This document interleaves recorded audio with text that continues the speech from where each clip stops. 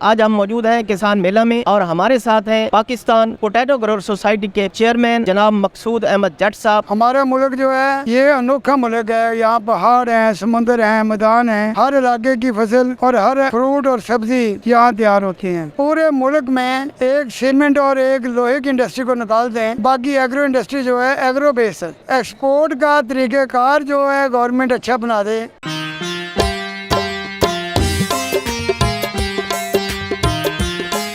पाकिस्तान की मईशत का ज़्यादातर इन्हिसार ज़राअत पर है, मगर ज़राअत को किस तरह जदीद खतूत पर उस्तवार करना है, इसके बारे में बताएंगे हम ज़रई माहिरीन और तरक्की पसंद काश्तकारों के साथ।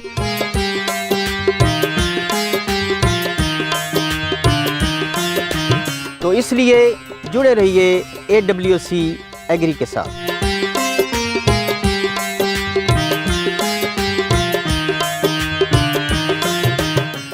बिस्मिल्लाहिर्रहमानिर्रहीम। अस्सलामुअलैकुम नाज़रीन, AWC एग्री के साथ मैं हूं आपका मेज़बान ताहिर नदीम। नाज़रीन, जैसा कि आप जानते हैं पाकिस्तान एक ज़रई मुल्क है और मुल्क की एक बड़ी आबादी, आप कह लें कि तकरीबन 60 से 65% आबादी जो है वो ज़राअत से वाबस्ता है और पाकिस्तान की जो मईशत है वो भी ज़राअत पर मबनी है। लिहाजा ज़राअत को पाकिस्तान में इंतहाई अहमियत हासिल है। इस हवाले से आज हम मौजूद हैं किसान मेला में और हमारे साथ हैं पाकिस्तान पोटैटो ग्रोवर सोसाइटी के चेयरमैन जनाब मकसूद अहमद जट साहब। आज हम उनसे बात करेंगे कि वो हमें ये फरमाएं कि एक ज़रई मईशत वाले मुल्क के लिए ज़राअत की क्या अहमियत है। अस्सलाम वालेकुम। वालेकुम सलाम। जी जट साहब, हमें बताएं कि पाकिस्तान ज़रई मुल्क है तो इसके लिए ज़राअत की क्या अहमियत?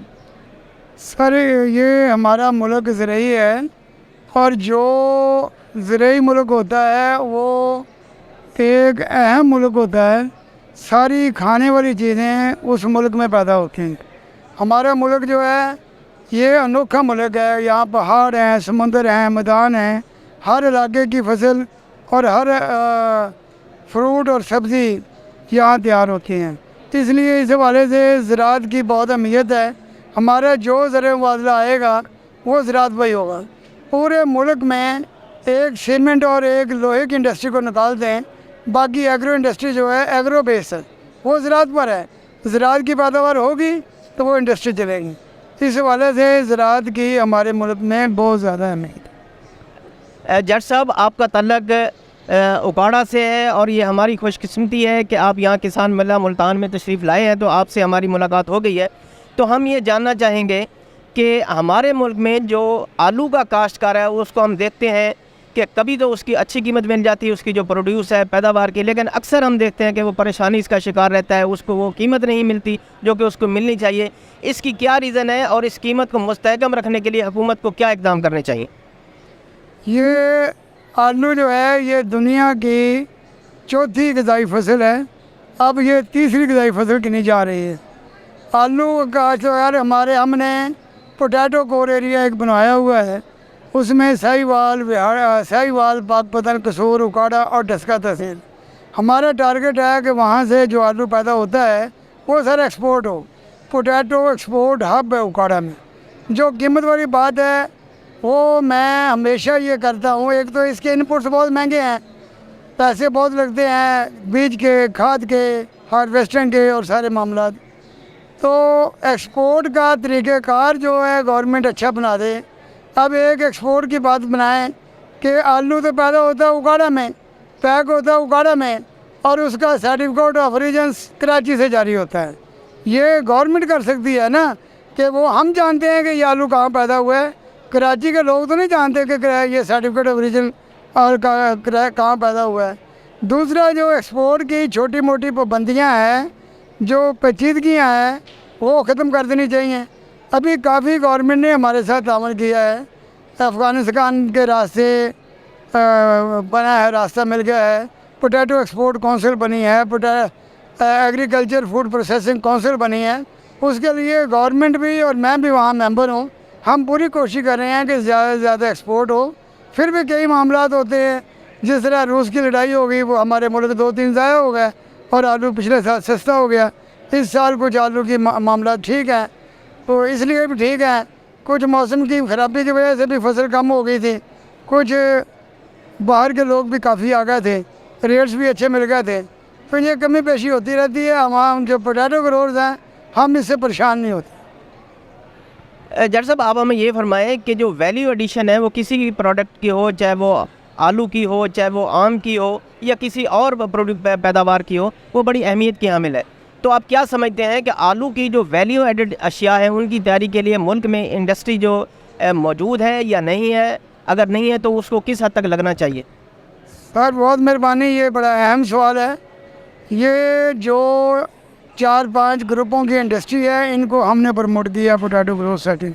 कादर बख्श बलोच क्रॉप कमिश्नर थे, वो उन्हें लेके आते थे, हम उनकी मेहनत करते थे या समझाते थे तो काम चल जाते थे। अब potato Pakistan horticulture export development company ये दिलचस्पी ले रही है।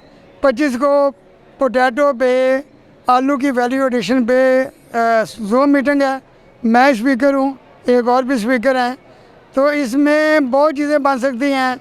आलू का स्टार्च बन सकता है, आलू का पाउडर बन सकता है, कॉस्मेटिक है, और उसके बाद आलू का लेस वाले बरतानिया में आलू का पानी भी पैक कर रहे हैं। अब आलू के छिलके की ज़रूरत है, तो हुकूमत अगर थोड़ी बहुत भी पोटैटो ग्रोथ सोसाइटी या पोटैटो रिसर्च डेवलपमेंट बोर्ड के साथ ताउन करे, मैं potato research and development board का चेयरमैन भी, ताउन करे तो हम इनको बहुत आगे ले जाएँ। जट साहब, आलू के जो काश्तकार हैं उनके हवाले से और अमूमी तौर पर आम हमारा जो काश्तकार है उसको ज़रूरी मदाखिल के हवाले से किन किन मसाइल का सामना है?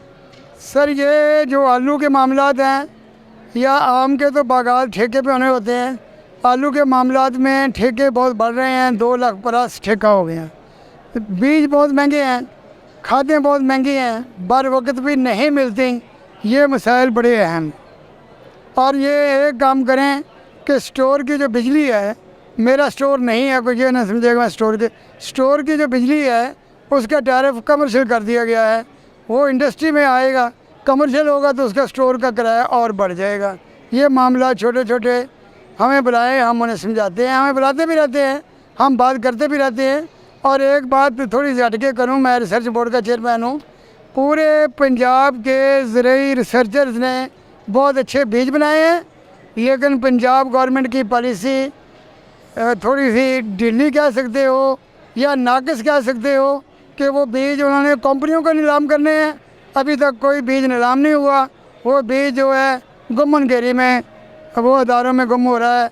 मेरी ये गुजारिश है गवर्नमेंट से, सेक्रेटरी से, असम्बली से, सबसे, कि ये बीज अगर नीलाम नहीं होते तो ज़िम्मेदारों को मुफ्त दे दें ताकि मल्टीप्लाई तो हो ना। जट साहब, कुछ ये भी फरमाएं कि हमारे यहाँ जो बिजली की ज़्यादा प्राइस है, डीज़ल की ज़्यादा प्राइस हैं, इनको मद्देनज़र रखते हुए जो हमारे हमसाया मुल्क है, ख़ासकर इंडिया है, वहाँ के वो लोग, वहाँ के काश्तकार हमारे काश्तकारों से ज़्यादा प्रोड्यूस लेते हैं, उनको ज़रूरी मदाखिल भी सस्ते मिलते हैं।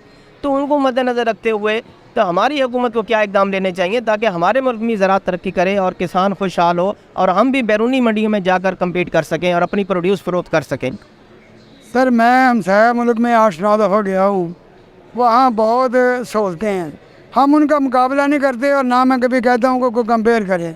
हम पाकिस्तान में रहते हैं, हम पाकिस्तान के अकाबरीन से ये कहेंगे कि जो ट्रैक्टर हैं, ज़रूरी अद्वियात हैं और जो खाद है, इनपुट्स हैं, उन पे जो टैक्सेस हैं वो कम करें, और कोई तरीका नहीं। ना ज़मीन का ठेका कम होगा, ना मजदूरी कम होगी, ना कोई और चीज़ करेगा। ये जो उन पे टैक्सेस हैं, टैरिफ हैं, उनको कम करें ताकि काश्तकार बर वक्त कर सकें। जब किसी के पास पैसा ही नहीं होगा, हम दूसरे मुल्क का मिसाल नहीं दे सकते। मैं चाइना और इंडिया की कभी मिसाल नहीं दूँगा, हालांकि मैं गया हूँ, देख के आया हूँ अपनी आंखों से। लेकिन ये 2-4 चीज़ें कर दें, फिर भी हमारे मुल्क के, हमारे पंजाब के काश्तकार को सलाम करते हैं कि उनके नामसाद हालात के बावजूद, ये इन्वायरमेंटल पोजीशन के बावजूद वो बेपनाह पैदावार ले रहे हैं और मुकाबला कर रहे हैं एक्सपोर्ट की दुनिया में। जट साहब, आप भी किसान मेला में तशरीफ़ लाए हुए हैं, तो ये फरमाएं कि मुल्क में ज़राअत की तरक्की या काश्तकारों की आगाही के लिए इस किस्म के जो किसान मेले हैं, इनका इनकाद किस किस्म की अहमियत रखता है? सर मेरा नुक्ता नज़र है कि किसान मेले, किसान वर्कशॉप, ये मीटिंग्स, ये इल्म सीखने का एक तरीका है। इसमें हम आए हैं उकाड़ा से, हमारा पोटैटो ग्रोथ सोसाइटी का स्टॉल है, हमने मुफ्त चिप्स खिला रहे हैं, चाय पिला रहे हैं, हमने कोई चीज़ बेचनी नहीं है, लेकिन हम ये सीखने के लिए आए हैं और कुछ लोग हमसे सीख भी लेते हैं ये बहुत अच्छी अवेयरनेस प्रोग्राम है। ये इंतज़ामिया की बहुत हिम्मत है कि इन हालात में, और लोगों की बहुत हिम्मत है कि इतनी गर्मी में यहाँ आए, और कामयाब ये कॉन्फ्रेंस है, कामयाब मिल रहा है। मुबारकबाद देता हूँ मैं इनकी इंतज़ामिया को, ये जितने भी चैनल आए हैं उनको, कि उन्होंने कवरेज भी ठीक की है और इंतज़ामिया ने काम भी ठीक किया। जट साहब, आखिरी सवाल मैं आपसे करना चाहूँगा कि जिस तरह आपने बात की कि आपका जो उगाड़ा का और इसके जो मुल्का इलाके हैं वहाँ जो है वो आलू काश्त होता है, तो कुछ लोग कहते हैं कि फसलों की काश्त के हवाले से जोनिंग कर देनी चाहिए, जिस जिस जोन में जो फसल अच्छी होती है, अच्छी पैदावार देती है, उसको उसी इलाके में काश्त किया जाए और दूसरे इलाके में ना जाया जाए। इसके बारे में आप क्या कहते हैं? सर, ये जोनिंग की कोई 5-6 साल पहले मीटिंग्स भी होती रही हैं, मैं भी शामिल था। जिस ठेके बहुत महंगे हो गए हैं, जिस बंदे को देखना उसने ये है कि मेरी फसल के खर्चा निकाल कर पैसे कितने आने हैं। अगर उगाड़ा में ये जोन कर देंगे कि ये जनाब काटने इतनी लगनी है, तो वहाँ तो आलू है, वो लंबी मुद्दत की फसल जो है अब जान छुड़ा रहे हैं। ये पर जोनिंग हो जाए तो अच्छी बात है, लेकिन अभी इधर जब जोनिंग की बारी थी, अभी तो रहीम यार खां में लेज़ की कंपनी है, इधर भी कंपनी है प्रोसेसिंग की। जब लोग आलू पे आ जाएंगे तो छोटी छोटी फसलें क्यों लगाएंगे? इसलिए वो जो फसल वारा होगी वो लगा दें। अगर जोनिंग करनी है करें, लेकिन उस पर अमल दरामद करें। बहुत बहुत शुक्रिया जट साहब। बहुत मेहरबानी, खुश रहें बाद में। नाजरीन, जैसा कि आपने पाकिस्तान पोटैटो ग्रोअर सोसाइटी के चेयरमैन मकसूद अहमद जट साहब की बातें सुनी, और उन्होंने कहा कि हम अपने काश्तकार को सैल्यूट करते हैं जो नामसाइद हालात में भी मुल्क की तरक्की और खुशहाली के लिए भरपूर मेहनत कर रहा है। नाजरीन, हुकूमत की ये ज़िम्मेदारी है कि हमारे काश्तकारों की बेहतरी और ज़राअत की तरक्की के लिए ज़रूरी मदाखिल हैं उनको सस्ते दामों फराम करें, ताकि पाकिस्तान की ज़राअत भरपूर तरक्की कर सके और पाकिस्तान की मईशत बेहतर हो। आज तक के लिए इतना ही। आइंदा सेगमेंट तक अपने मेज़बान ताहिर नदीम को दीजिए इजाज़त। अल्लाह निगहबान।